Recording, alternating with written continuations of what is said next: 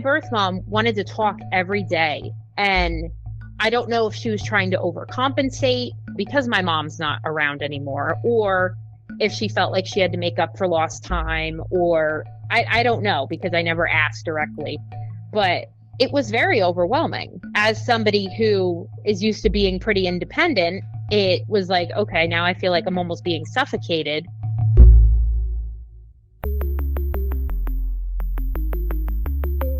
Who am I? Who am I? Who am I? Who am I? Who am I? Who am I? Who am I? This is Who Am I, Really? A podcast about adoptees that have located and connected with their biological family members. I'm Damon Davis, and you're about to meet Jillian. She called me from New Jersey. Jillian found out she was adopted in her early teen years when she asked a question lots of kids ask their parents about the time when they were born. But Jillian didn't address her adoption for years until she was over her grief and past her guilt for wanting to search. She admits that in reunion, she and her birth mother had a communications breakdown that may have ended their relationship prematurely.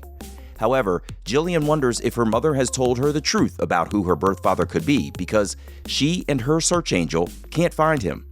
This is Jillian's journey. Jillian grew up in a small town in New Jersey. She said she didn't know she was adopted until she was 13 years old when she approached her parents with a simple but direct question. Jillian said her parents were shocked when she approached them about whether she was adopted or not. She doesn't think they ever expected her to ask. I don't know if they were ever expecting to tell me. It was kind of one of those things that I just thought of one day because I had never seen any pictures of my mom pregnant. And I asked her and I was like, do you have any pictures of yourself pregnant with me? And they kind of just looked at each other like, oh no, like we're in trouble. And they sat me down and they said that I was adopted. And that was the only information they gave me. And I just, went with it. So prior to that, I didn't know any different. And because I look similar to my adoptive parents, I never thought about it. And because I live in a small town, I didn't know anybody that was adopted. So it was never something that really even crossed my mind. Yeah.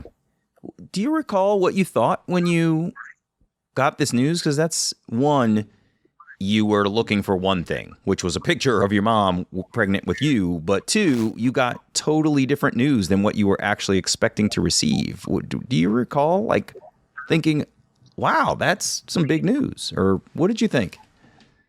I definitely was overwhelmed. And I don't really think it hit me for a while. I think it was one of those things that I was just like, oh, well, nothing I can do about it because my parents just said, both my biological parents were really young and obviously they couldn't take care of a baby at that age.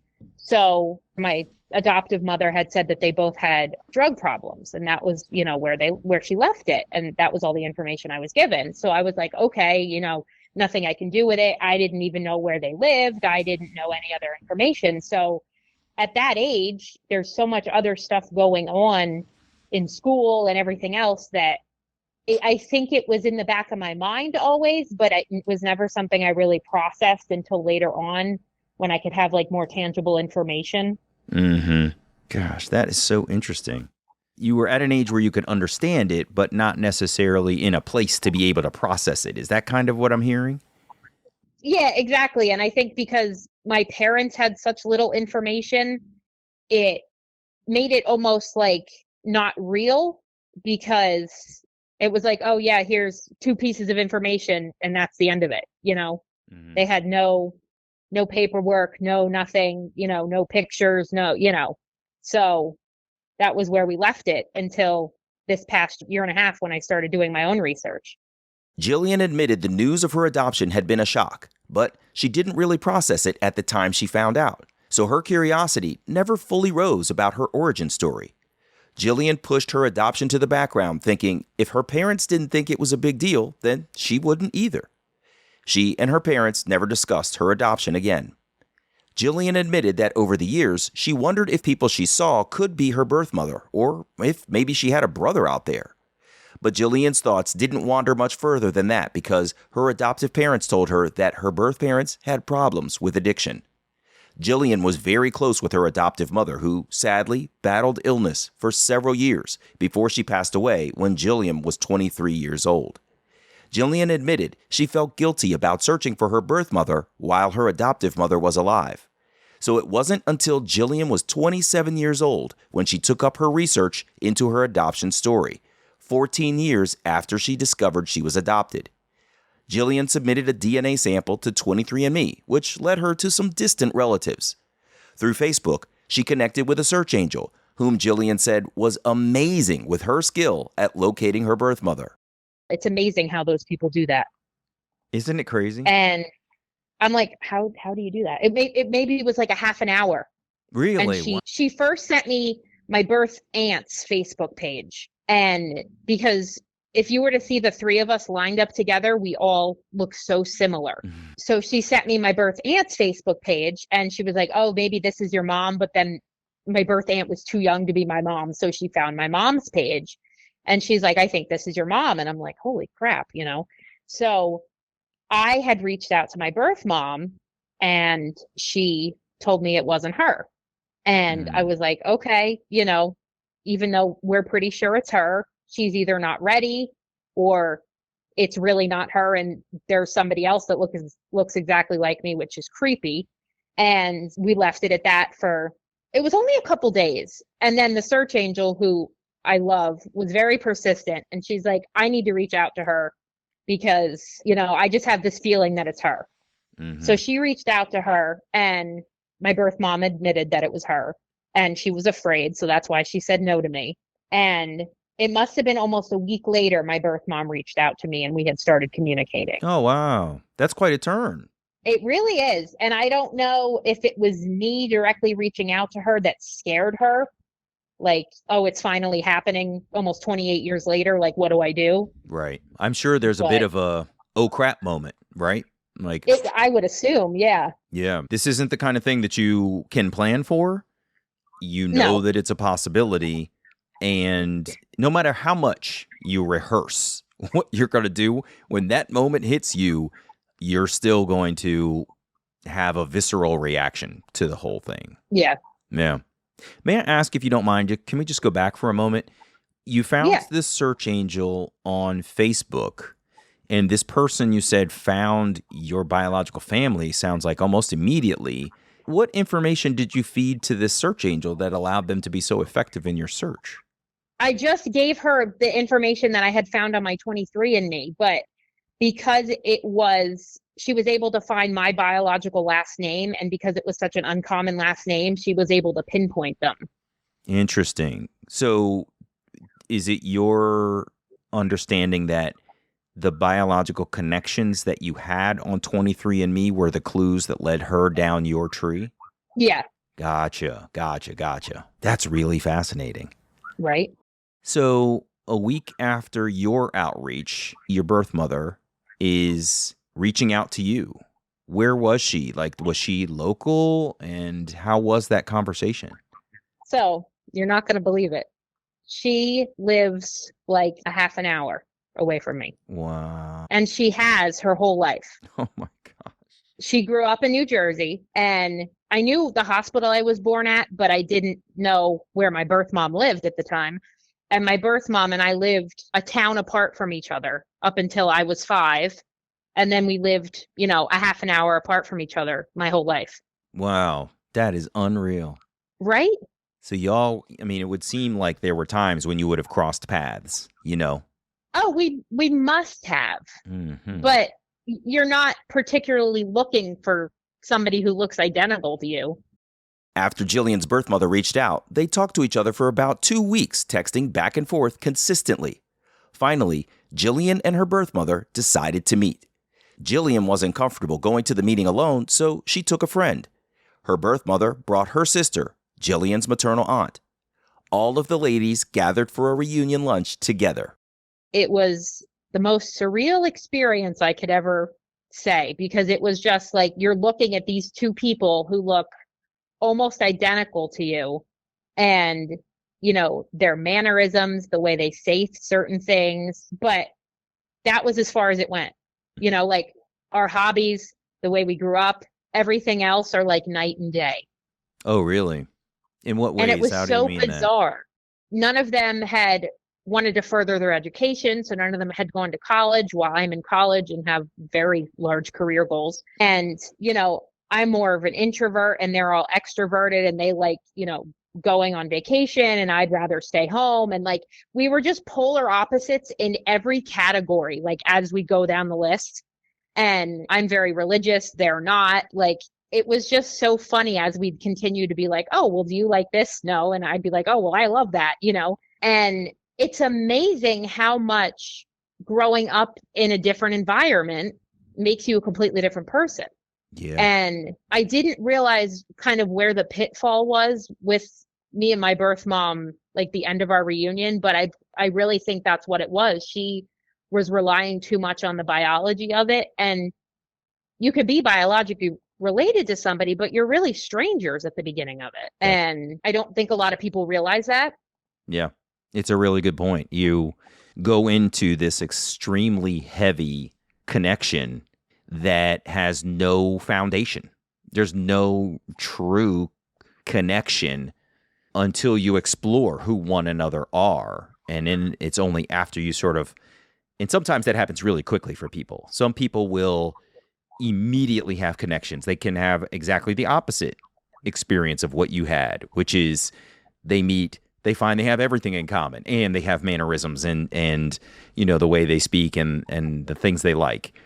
And that period is so brief because they immediately discover that they're so connected. But for you, it was exactly the opposite. And so the foundation of sort of who you guys are as family just was, it sounds like non-existent by virtue of your sort of divergent backgrounds, huh? And it was definitely interesting because I learned a decent amount of information, like she didn't have any prenatal care when she was pregnant, so it kind of explains some of the health issues I had because I was premature. I was born incredibly early and I never understood why. And that explains that partially, nobody knew she was pregnant up until the day she went into labor. Wow. So I thought that was interesting. I mean, that's fascinating. How did you feel when you heard about the fact that she didn't sort of get any care and it was tied to some of the medical issues that you've had? What went through your mind when you learned that? Initially, being the people pleaser that I am, I was like, oh, that's okay. It's not your fault. But now when I look back on it, as I've processed it in therapy, I'm disappointed. I'm not placing blame on her because I can only imagine going through that situation when she's 17 years old. Right. But it's disappointing. Right. Because you know what was possible and what should have happened. And unfortunately, it didn't. And you are left to live out your life with the consequences of that inaction. Exactly. Jillian and her birth mother were in reunion for 6 months. Coincidentally, she and her birth mother have birthdays in December. So when the holidays rolled around, which can be an emotional time of family connection for people, Jillian said she tried to go into that time of year without expectations. But unfortunately, we didn't communicate enough on that front, on what we wanted out of the relationship, on what we, how often we wanted to see each other, on, that type of stuff. And if I were to be in reunion with another family member, I think that would be one of the first things I would do is kind of set a foundation, because that's the thing we struggled with the most. And I think that's really where it fell apart, was on the communication side. How would you go about setting that foundation differently?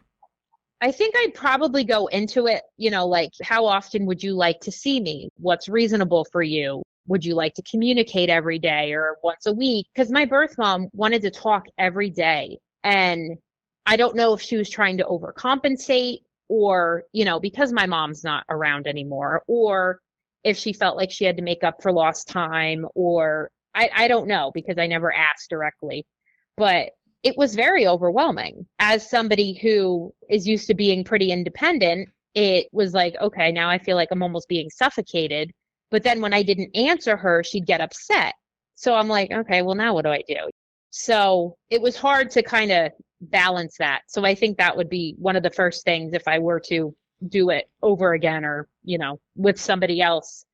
I would kind of set boundaries to be a little bit more stricter. Like, we could talk a couple times a week and we can go out like twice a month. And, because she wanted to see me every week. And it was just very overwhelming in the beginning.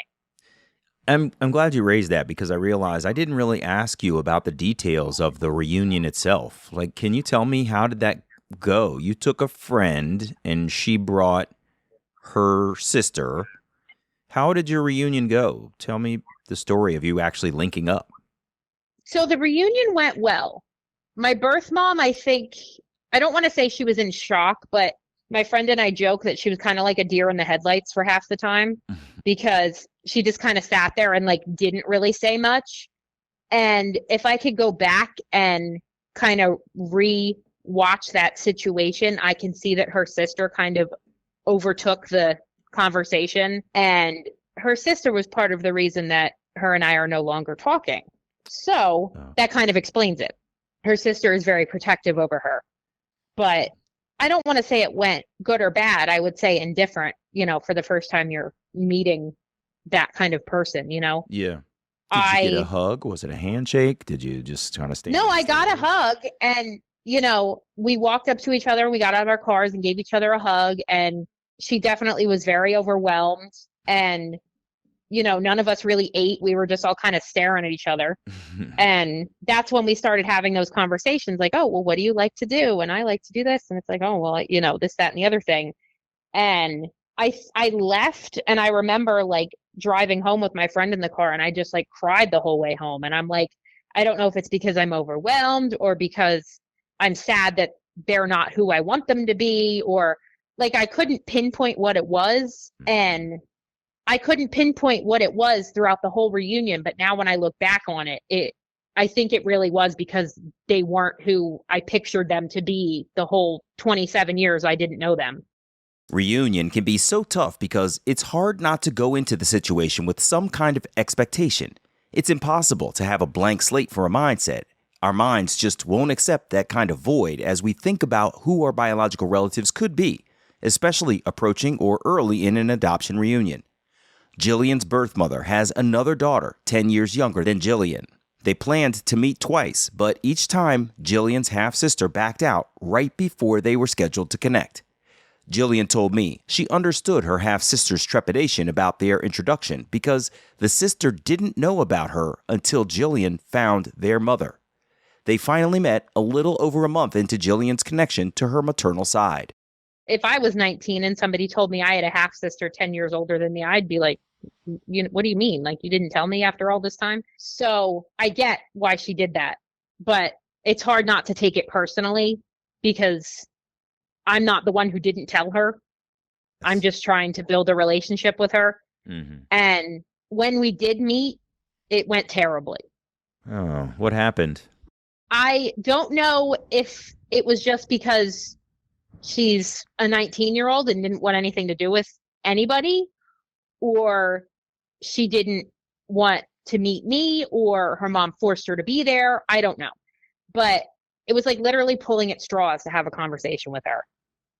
And it was very defeating for me because I'm an only child. So I so badly wanted that sisterly connection in some capacity. And I was like, oh, I finally have a sister, and it didn't work. Yeah, I'm sorry. That's really tough. I feel you on the only child thing, too. I've often wondered, is a sibling going to come out of the woodwork at some point? Right. It hasn't happened, but yeah, I'm with you. It would be nice, but it would be nice if it was going to be a positive relationship. So. Yeah, exactly. Jillian said her birth mother was vague about her pregnancy, only revealing that she was 17 when she got pregnant and she turned 18 the week before she gave birth. That was all. She wasn't very open with information like medical history, which Jillian has requested a half dozen times or so. Jillian said after she and her birth mother stopped speaking, she sent the woman a text saying that even if they weren't speaking, she would at least like some medical history. But the woman never responded. It's frustrating because it's not like I'm asking her to give me personal information. It's information that I'm entitled to, and I literally have no other way to get it.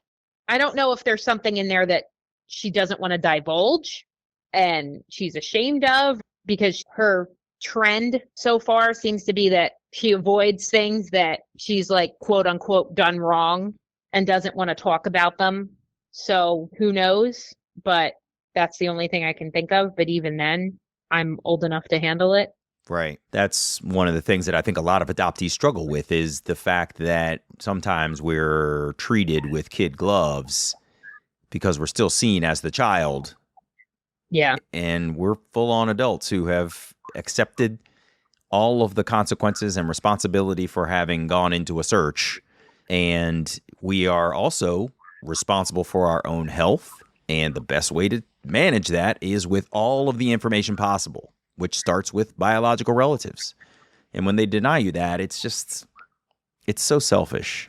It really is. Jillian said she and her therapist refer to her birth mother as a skittish kitten. When you say the wrong thing to her, she runs the other direction. Sensing that early in their reunion, Jillian wanted to warm up to the woman and get comfortable with her before she started asking questions about her birth father. About a month into reunion, Jillian asked about who her birth father was and the circumstances for her conception. Jillian was conceived on prom night, but her birth mother would only give Jillian a first name for the man she had been with. She and her search angel started looking for him, and by this time, Jillian had submitted a sample to Ancestry DNA to expand her possibilities for finding family matches. At the time we talked, Jillian had only found a great aunt on her paternal side, but none of the men in that great aunt's family matched the name Jillian was given by her birth mother. So Jillian figures there are two possibilities. The man lied about his name, Or my birth mother lied to me. but let's think about this for a second. On prom night, how likely are you to be with a person you don't know enough to be able to identify? Exactly. Yeah. It sounds like she has a lot of shame for Yep. how you were conceived and possibly how she was treated too. You know, Yeah. I think you know how challenging it was for women to be pregnant, out of wedlock, at a young age. And, you know, it was probably everything from her dad and her mom to her community and everything that coincided with it. So, yeah, a lot of shame. And it's probably really, really tough for her to reach back to those pieces of her memory and be honest with you about what happened. It's got to be tough. Yeah. So you're not able to find him is what I'm hearing. We've kind of hit a wall because we've reached out to the people, because the family that the great aunt is attached to, there's 3 brothers. And we've reached out to all 3 brothers. And by we, I mean the search angel with me attached to it. And we have gotten 1 no, and the other 2 haven't responded. So, you know, we tried. Yeah, that's all you can do. Well, hopefully over time, you know how this goes. More and more people submit, and more possibilities for a connection are going to pop up. So it should be interesting to see how this unfolds for you going forward. Oh, I'm very curious. Yeah. What do you think if you do, let's just play out a scenario where you do get a paternal connection and somehow you're able to figure out who the biological father is. Do you think you'll go back to her and say like, hey, I got some news for you? Or I don't think so. Only because there's been a couple opportunities over the past year since we've stopped communicating where I've tried to reach out to her and have either gotten a nasty remark back or just gotten no response. So it's just not really worth my breath anymore. And it's a shame because, and I hate to, you know, say this because I know pretty much everybody should be in therapy for some reason or another, but the whole family needs to heal from a lot of things that they have probably dealt with. I don't know personally what they are, but they need to heal from things that they have dealt with before they can judge the things that other people have gone through. And that was another part of the reason we cut ties, because her sister was so judgmental about a lot of the mental health struggles that I deal with. And I wasn't going to deal with it because I just don't have time for it. What form did that take? How did that judgment come at you? So I guess it was middle of January, right before we cut ties. I had gone into a really bad depressive episode. And I had been talking to my birth mom, she had been reaching out to me like she normally does. And I had been trying to explain to her, I have depression. I'm on medication. I need my medication adjusted. I'm in therapy a couple extra times a week, and I'm trying to be proactive with it. And her sister's like, oh, well, I don't understand why you're depressed. You have an apartment and you have a nice car, and, saying the quote unquote generic things that people say to try and make you feel better. Yep. And I tried to explain it to them over and over and over again. And that wasn't necessarily the straw that broke the camel's back, but it didn't help, because at this point in my life, I just don't have the tolerance for people like that. Yeah, I can understand that. You've dealt with enough of it probably leading up to this point. You don't need a new relationship that frankly sounds like it wasn't going super well to begin with to also be piling on in the same way that you don't need it to be piling on, right? Exactly. Especially if we're going to be that close. Yeah. It would be different if we were acquaintances that I would see, once a month, every so often, or my neighbor or whatever. But if you're going to try and communicate with me every day, you need to kind of broaden your horizons and learn about me a little bit more. But she wasn't willing to even educate herself. And that's where I get frustrated. Yeah. The willful ignorance is incredibly frustrating. May I ask, if you don't mind, and it's okay if you don't feel like talking about this, but in terms of a depressive state, what do you need from people when you're feeling that way, when you've hit a low point? Because I think a lot of times folks will say, "Oh, you seem fine," hey, cheer up, right? But what do you actually need from people when you're feeling that episode?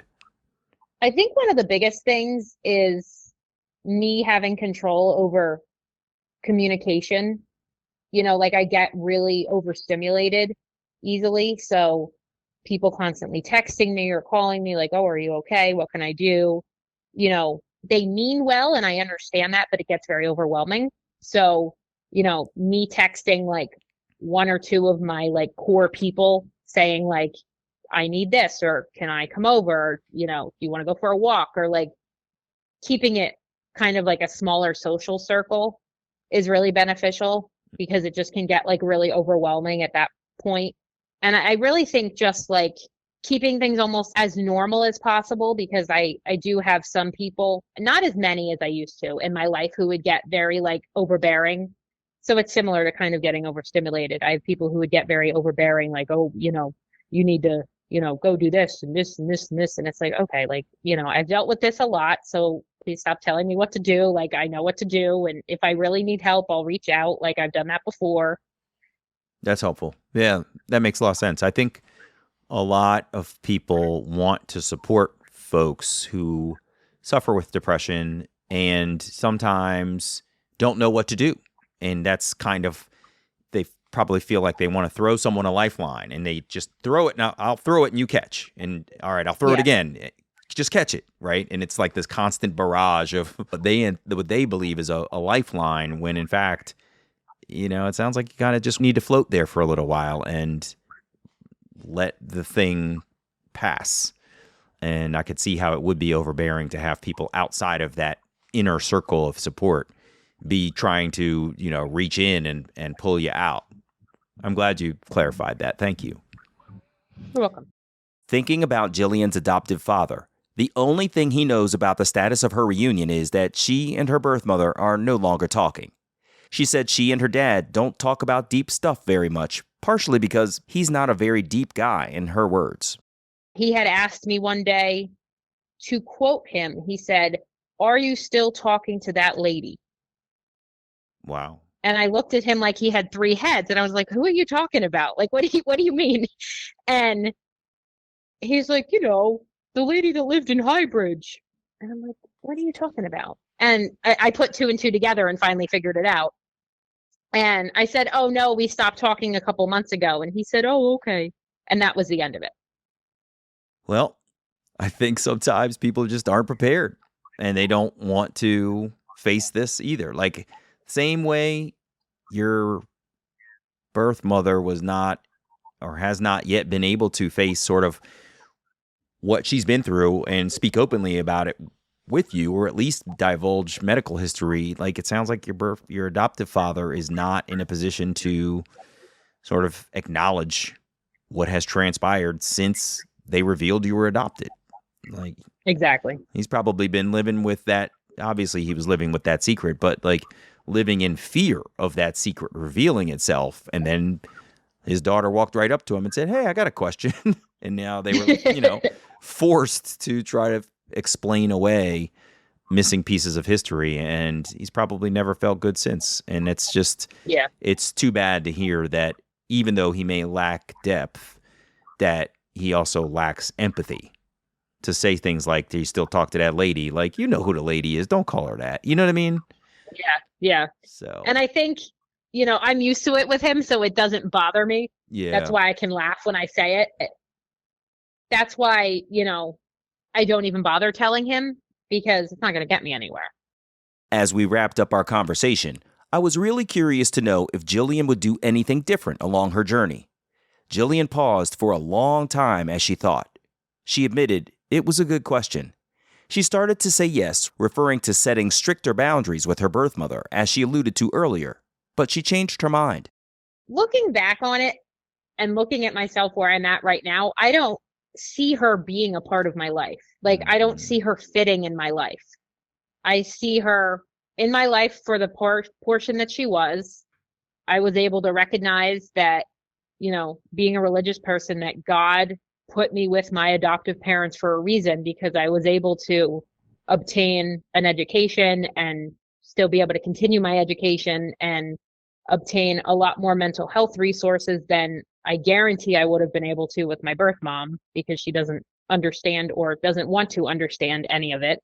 And it kind of just shows me that, I needed to meet her to realize that. And that's kind of the headspace that I've been in since a little bit after we stopped talking. And I just don't see her really fitting in my life anymore, because I'm making such big changes for myself, especially over the past couple months, that I just don't really see her like growing as I am, because she's still stuck pretty much at the age of 18 when she gave birth to me, because she's still stuck at that traumatic event because she never dealt with it. Yeah, that sounds right. I couldn't help thinking, as you were speaking, you triggered in my mind this saying that people come into your life for a reason, for a season, or for a lifetime. And it sounds like potentially she came into your life for a reason, to align you with the fact that you were placed in your family where you got care, love, resources, opportunity, everything. And sometimes that has to be enough. Can you go back for a second? You said that you're making a lot of changes in your own life. What are you changing these days? So over the past couple months, I've been kind of looking into different ways to treat my depression. So I started getting ketamine treatments for my depression over the past month, and that's been really effective. And I've seen like a really big increase in my mood and just my overall affect. And I've been able to concentrate on school more, and it's just been really beneficial. And I'm back in school full time. I'm planning on graduating with my associates in May. And I've just overall been growing as a person. I'm really like challenging myself in different areas that I never thought I would be able to, because mentally I just couldn't. That's amazing. I love that you've found something that's allowing you the focus and balance. It sounds like that's helping you to thrive and allowing you to challenge yourself in new ways that it doesn't sound like you were able to before. That's really awesome. Yes, I'm very grateful for it. That's good. I'm really glad to hear that, Jillian.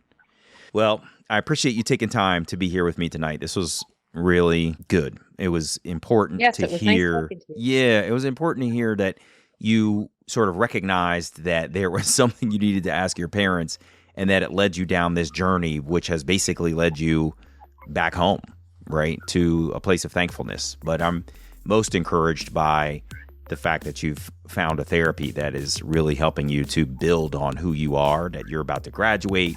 You've got big plans ahead. It just sounds awesome. So I'm really happy for you, Jillian. Thank you. You're welcome. Good luck with everything going forward. I wish you all the best, okay? Thank you. Take care. I'll talk to you another day. Bye-bye. Bye.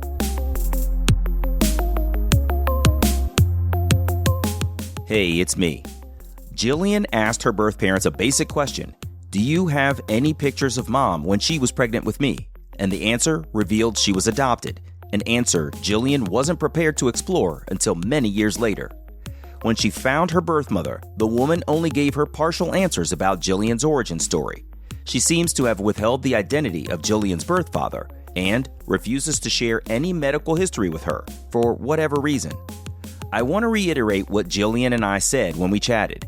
We adoptees who found our birth parents are most often adults, capable of handling hard truths about choices that were made in the past or medical conditions we might be living with. But withholding medical information is unnecessarily cruel. When an inherited condition or chronic disease is lurking in our body, the birth parent has knowledge of it but doesn't share it, and we, the adopted person, could be doing something proactively to manage the condition early or prevent it entirely. That's pretty cold. We might be strangers to you in reunion, but we're undeniably related through our shared DNA. Adopted people deserve to have their own health history, regardless of another person's fragile feelings about the past. I'm Damon Davis, and I hope you found something in Jillian's journey that inspired you, validates your feelings about wanting to search, or motivates you to have the strength along your journey to learn, who am I really?